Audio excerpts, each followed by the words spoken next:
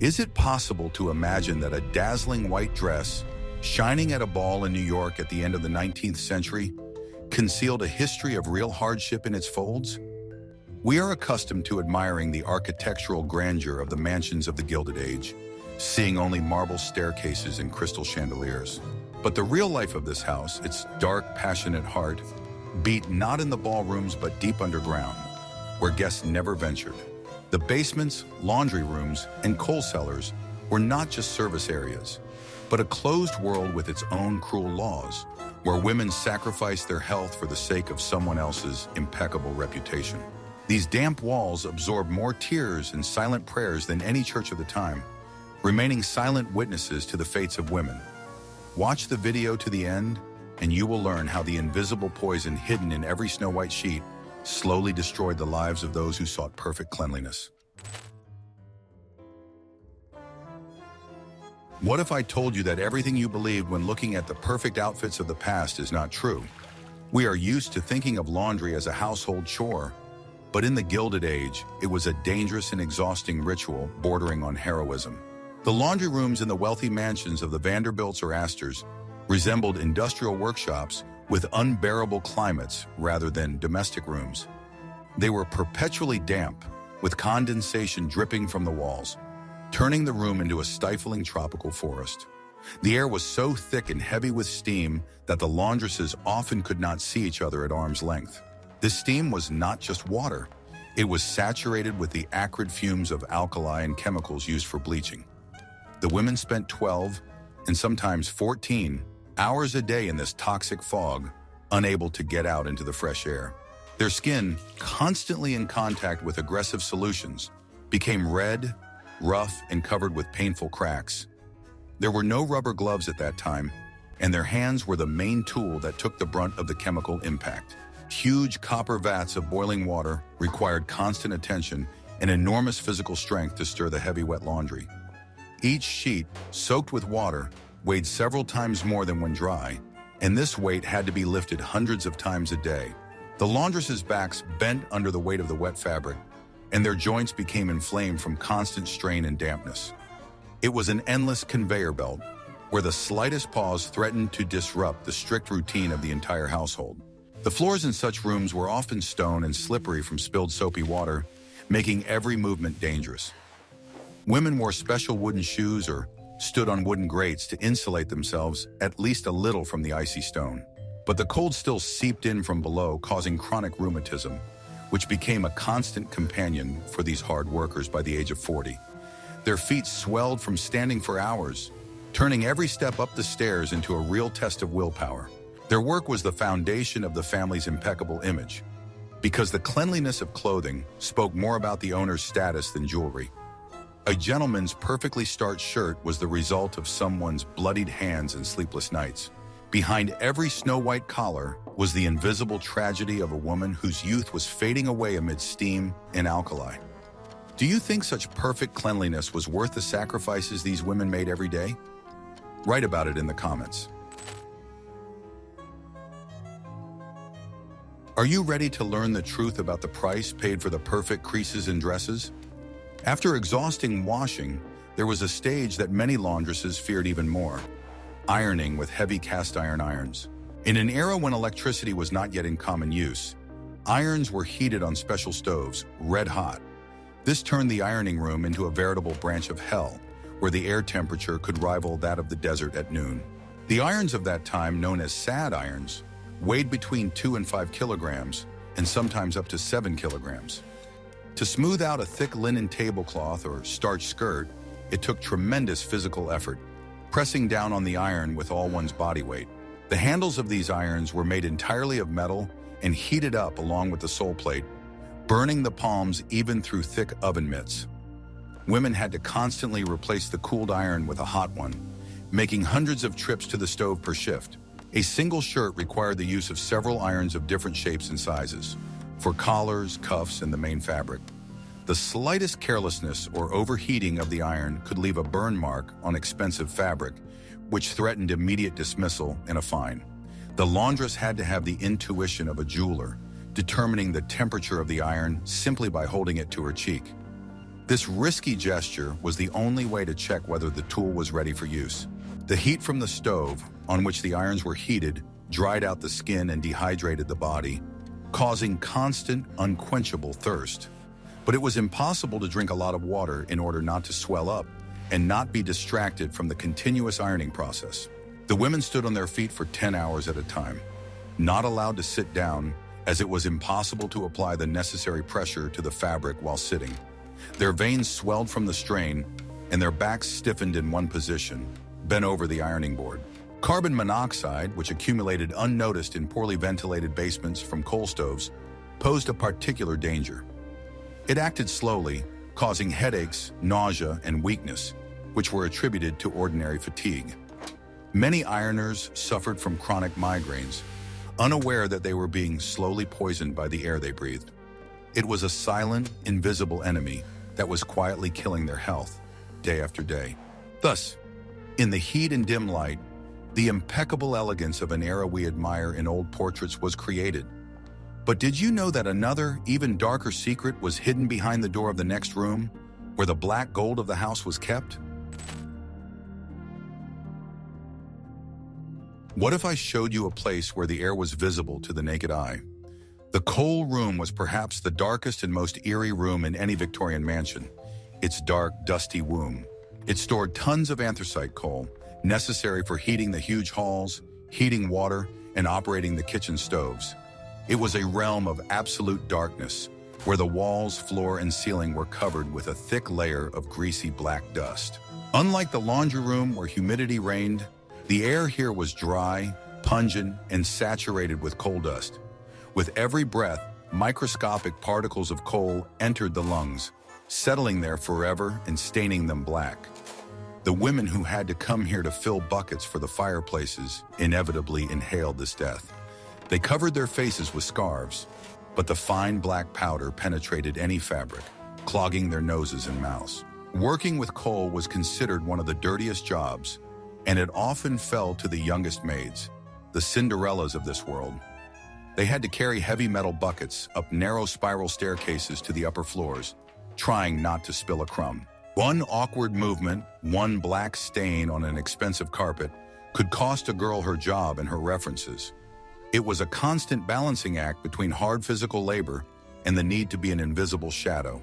Coal was delivered through special hatches directly from the street, and at these moments the basement was filled with the rumble of falling stones. Dust rose in a thick cloud, penetrating the cracks in the doors and settling on everything nearby. After each delivery, a general cleaning began, because coal dust was the #1 enemy of cleanliness throughout the house. The girls crawled on their knees, wiping every crack until the water in the rags stopped turning black. This room was home not only to coal and dust, but also to a fear of darkness and enclosed spaces. Gas lamps were rarely lit here for fear of a coal dust explosion, so work had to be done by the light of dim lanterns. The shadows cast by the piles of coal created bizarre, frightening silhouettes that stirred the imagination of young girls. Silence reigned here, interrupted only by the rustling of falling pieces of anthracite. The coal room was the foundation of comfort, the black base on which the glittering world above was built. Without this dirty, hard work, the mansion would have turned into an icy crypt in a couple of hours. I wonder if the ladies in silk, watching the cheerful fire in the fireplace, ever thought about whose hands brought this warmth? Like if you were touched by the story of these invisible workers. Guess how much time kitchen servants spent without seeing daylight? In the mansions of New York and Chicago, kitchens were often located in basements or semi-basements. The windows were located under the ceiling, at sidewalk level, letting in only gray light and a view of passers-by's shoes. The women who worked here lived in a world of artificial lighting and perpetual twilight, losing track of time in the changing seasons. The walls of these rooms were often covered with condensation from cooking and the fumes of huge stoves that ran around the clock. The moisture mixed with the smells of grease, spices, and roasted meat, creating a heavy, stifling atmosphere. Ventilation was primitive, and the smells of food permeated everything: clothes, hair, skin. Cooks and their assistants breathed this thick soup of aromas for 14-16 hours a day. The huge cast iron stoves that took center stage were insatiable monsters that radiated unbearable heat. Even in winter, the temperature in the kitchen could reach 40 degrees, causing the women to sweat profusely. They had to stand near the hot surfaces, turning heavy baking sheets and stirring pots. The cooks' faces were constantly red from the heat, and their hands were covered with burns from splashes of hot oil. The kitchen floor was often covered with sawdust or straw to absorb spilled grease and water, but this created an ideal environment for dirt. In corners where gas lamps did not reach, dampness prevailed, contributing to the appearance of mold. This mold had to be constantly scrubbed away, waging an endless war with nature trying to take over the basement. Sanitation was maintained through titanic efforts at the cost of the dishwasher's worn knees. The work of the dishwasher, who was at the bottom of the kitchen hierarchy, was particularly hard and thankless. Mountains of dirty dishes from dinner parties, greasy pots and burnt pans. All this had to be washed in hot water with soda and sand. These women's hands were constantly in water. Their skin swelled, turned white, and lost sensitivity. Constant contact with grease and alkali caused eczema that did not heal for years. Here downstairs, time flowed differently. It was measured not by the clock, but by the changing of meals.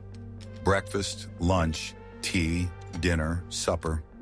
Life was governed by the rhythms of the stomachs of those who lived upstairs, leaving no time for their own needs. The servants often ate hastily, standing or sitting on the edge of the table, finishing what was left from their master's table. The feeling of secondary importance, of living on the residual principle, was a constant backdrop to their existence. The kitchen was the heart of the house, pumping energy to the upper floors, but it slowly burned those who kept the fire going. What do you think the lady of the house felt, knowing the conditions in which her dinner was being prepared, or did she prefer not to think about it? The basement world had its own rigid class system, no less strict than that of high society above. The inhabitants of the lower floors were not a single family. There were invisible boundaries between them that could not be crossed. The housekeeper or head cook was the queen here, whose authority was unquestionable and often despotic. A simple laundress or dishwasher did not dare to speak to them first or sit in their presence without permission.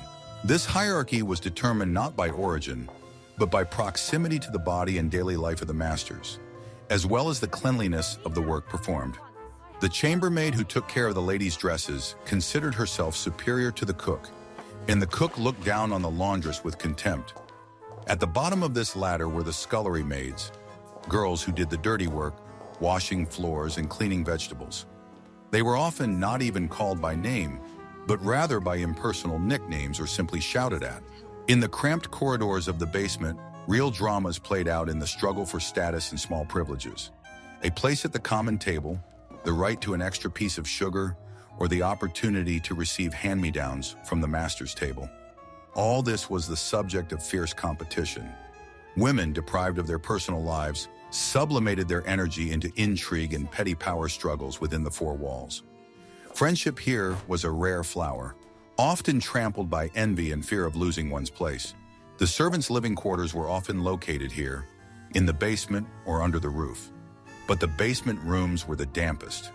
These were tiny rooms, often without windows, which could only accommodate a narrow bed and a chest. There was virtually no personal space. Even letters from home could be read by the housekeeper.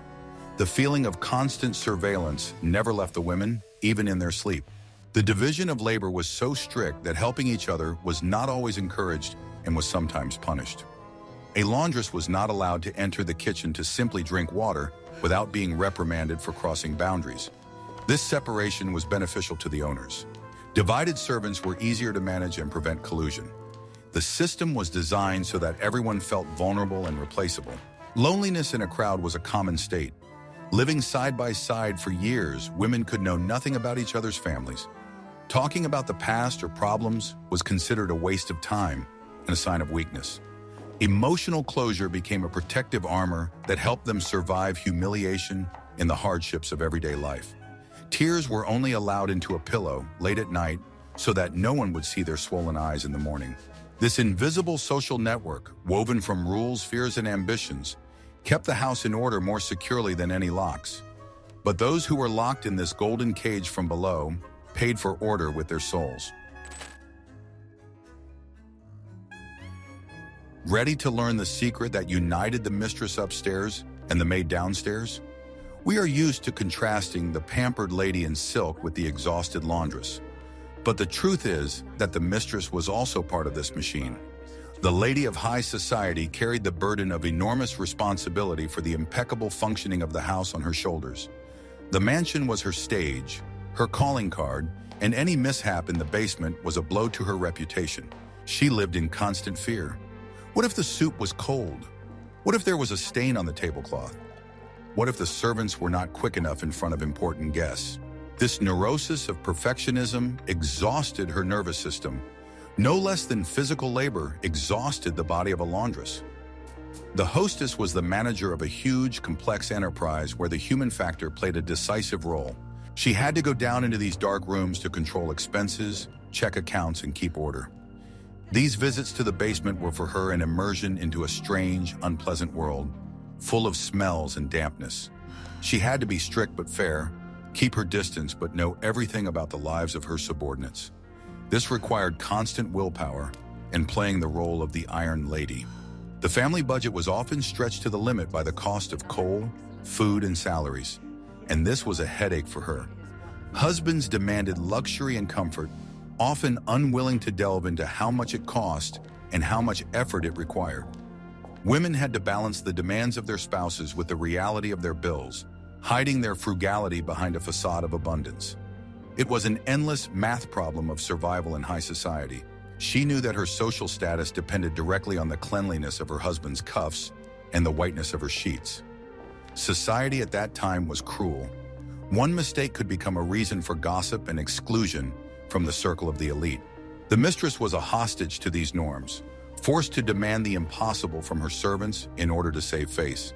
She put pressure on them because society put pressure on her. Often a strange, painful bond based on mutual dependence developed between the mistress and her old servants. She knew their secrets, they knew her weaknesses, and this silent knowledge bound them more closely than friendship. But this bond never grew into equality, remaining within the framework of mistress and servant. The loneliness of the mistress in her huge empty house often echoed the loneliness of the laundress in the basement. The luxurious mansion was not just a house, but a complex machine of oppression where every cog was under enormous pressure. Do you think the wealthy mistress was truly free in her own home, or was it just an illusion? Before the advent of centralized water supply and sewage systems, water in the home was a precious and burdensome resource. Every liter needed for bathing, washing, or cooking had to be brought in, heated, and then the dirty water carried away. This endless cycle of water placed a heavy burden on women's shoulders and backs. The very architecture of old houses often did not provide for the convenience of water delivery, turning it into a daily marathon. A lady's morning toilet required several buckets of hot water, which a maid had to carry up the stairs from the kitchen or basement.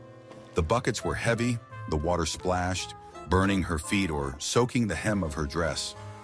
Climbing to the second or third floor with a load in each hand was a real athletic exercise, and dozens of such trips had to be made during the day, wearing out the steps and her own knees.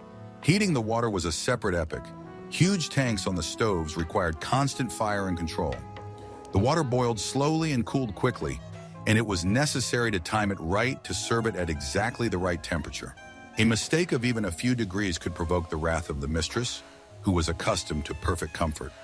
The maids learned to determine the temperature of the water with their elbows, as the skin on their hands had already lost its sensitivity.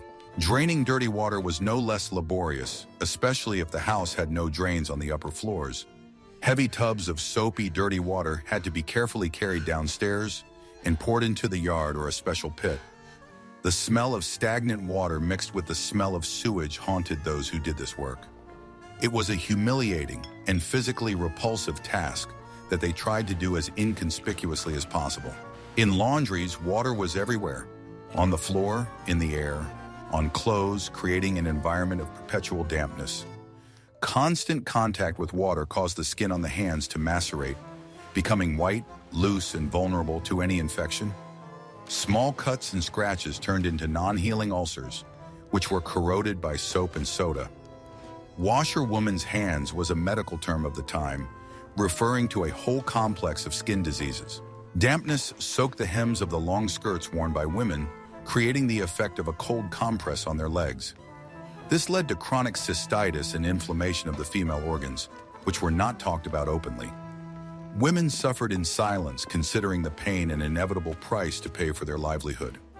Many of them lost their health precisely because of this constant, pervasive dampness.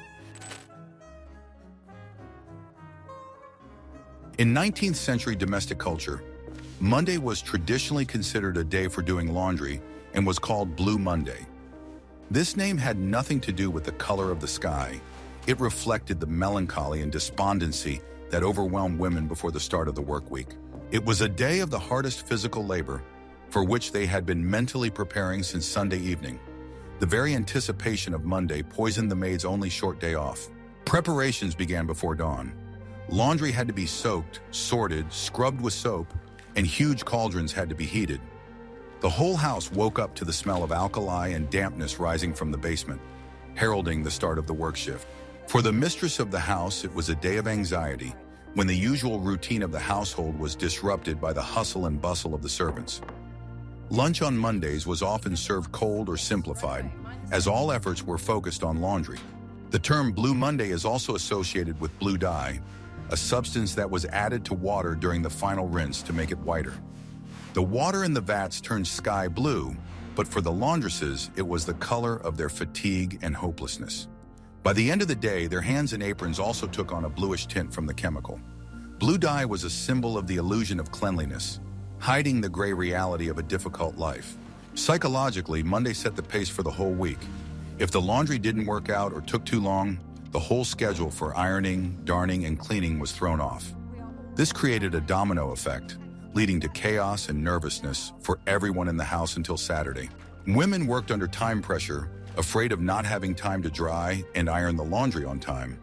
The fear of not having enough time was the main driving force on this day. For many women, this day was associated with physical pain. After Sunday's rest, their muscles were unaccustomed to the strain, and by Monday evening, their bodies ached unbearably. It was a day when chronic pains worsened and old injuries reminded them of themselves with renewed force. They went to bed exhausted, knowing that tomorrow would be a day of ironing. Red Tuesday, a day of fire and heat. The husbands of the maids, if they had any, hated Mondays no less than their wives, as on this day there was neither comfort nor a hot dinner in the house.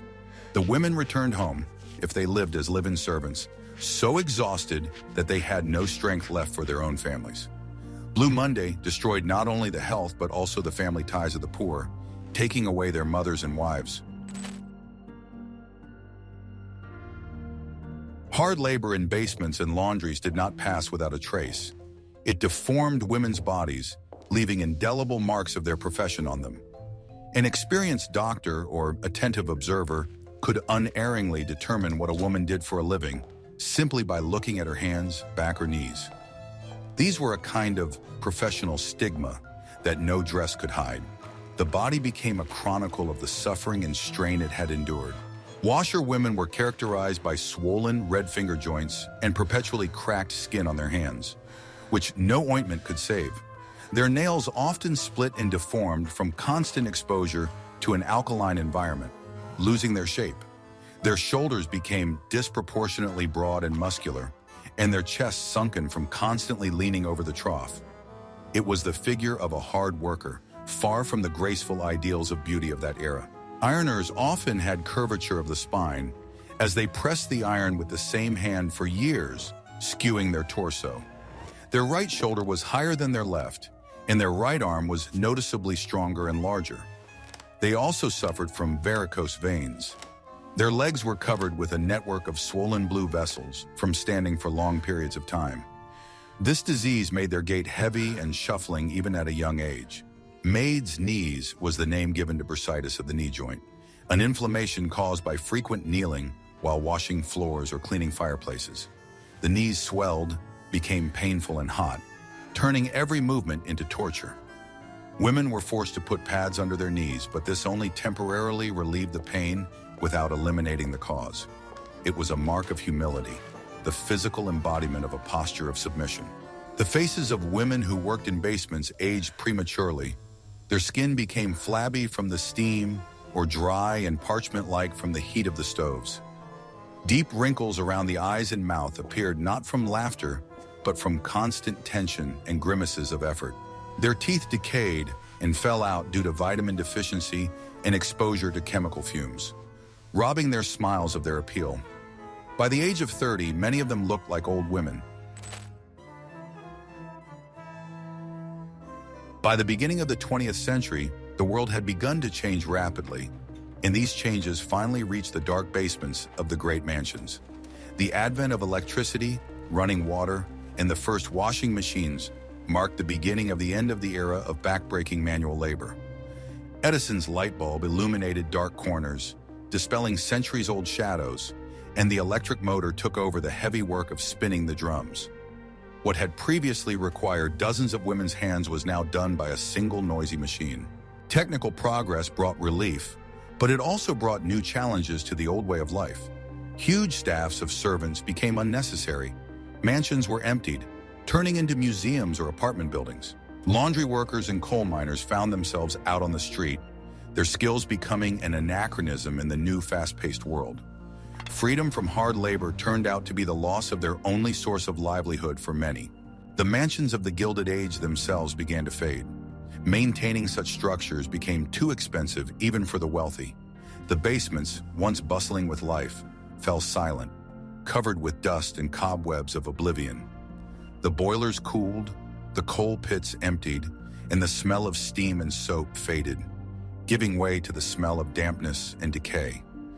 History left these rooms, leaving only the echoes of voices from the past. The First World War finally broke down social barriers.